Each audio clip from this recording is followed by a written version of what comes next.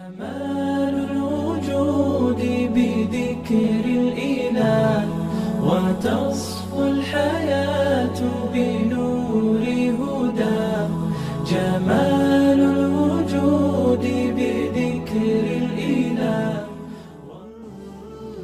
هزار گنج عبادت لیکن خیلی بودید خلق باشیم برای عزیز خوب اهمیتی و با همون گوشی دیلتان گوش کنید، زیرا این حرف ها را جمع کردن، این حرف ها را برادرای عزیز به گوش شما رسانیدن بسیار زحمت زیاد طلب میکنه.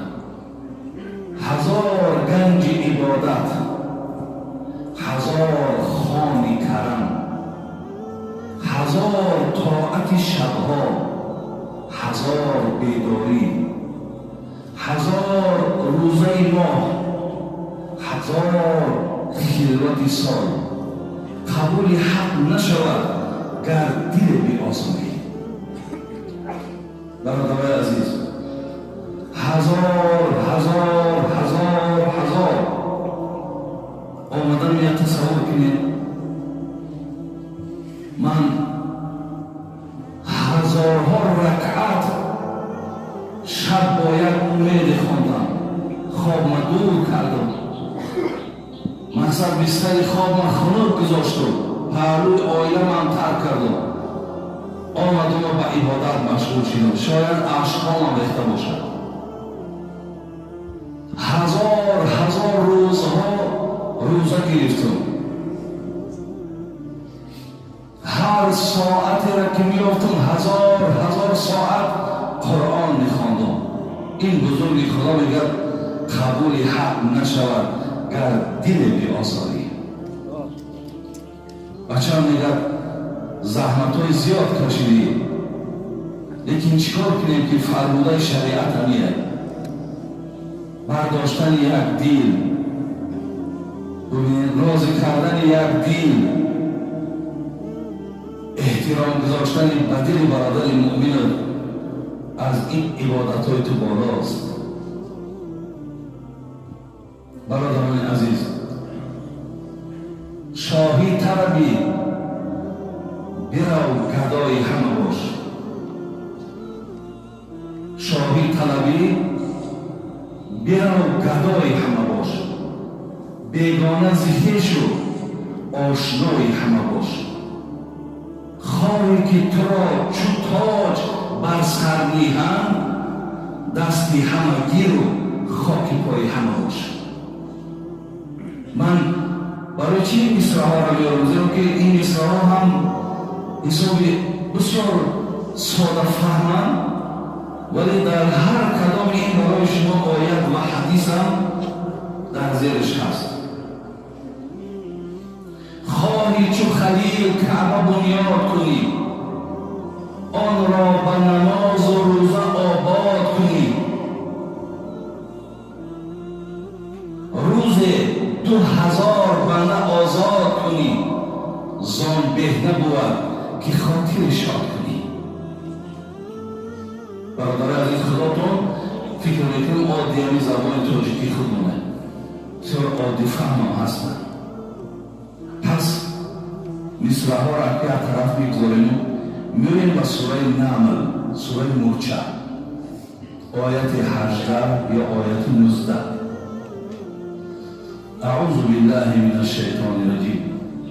قالت نمله یا ایها النمل ادخلوا فی مساکنکم لا یحطمنکم سلیمان و جنوده و هم لا یشعرون. صدق الله العظیم.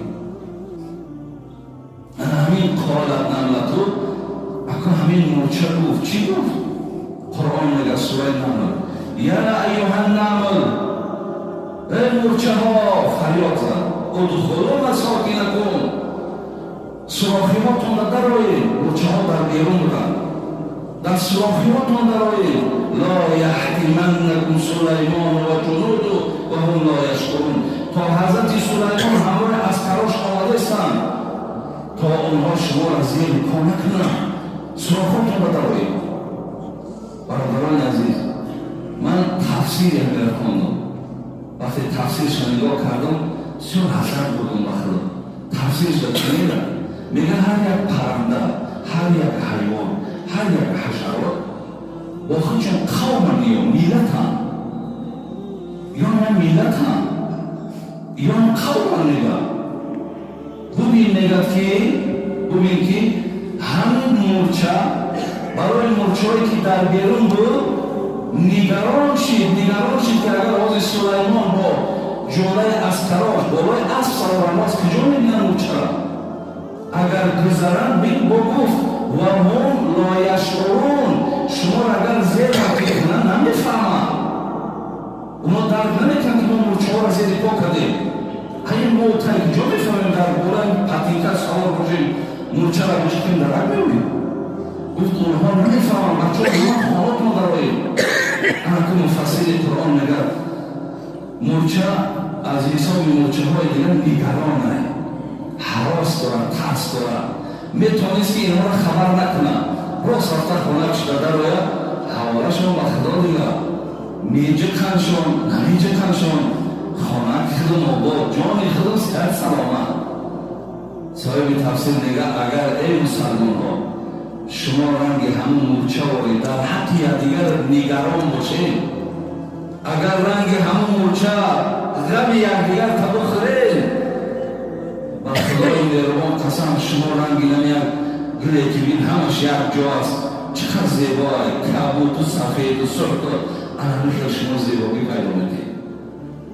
خب از این سخنی که حتی از یک سخنی مورچه شما چی خلاص نمیبرید اینهاش برادران حوالا با شما رای و ما علینا الا البلاغ المبین. خدا میگه فقط وظیفه شما ای داعیا ای واعظا همین که نسونید دیگه باید من حق ندارم رفته ای دستش میگیرم یا همیشه میسر در صد راهش بیستم. ایش وظیفه من نیست. زنده هاست برادران عزیز و گرامی، سرجمی یکدیگر را حرمت کردن، یکدیگر را دوست داشتن، به قدر یکدیگر رسیدن این نشانه ایمانداری شما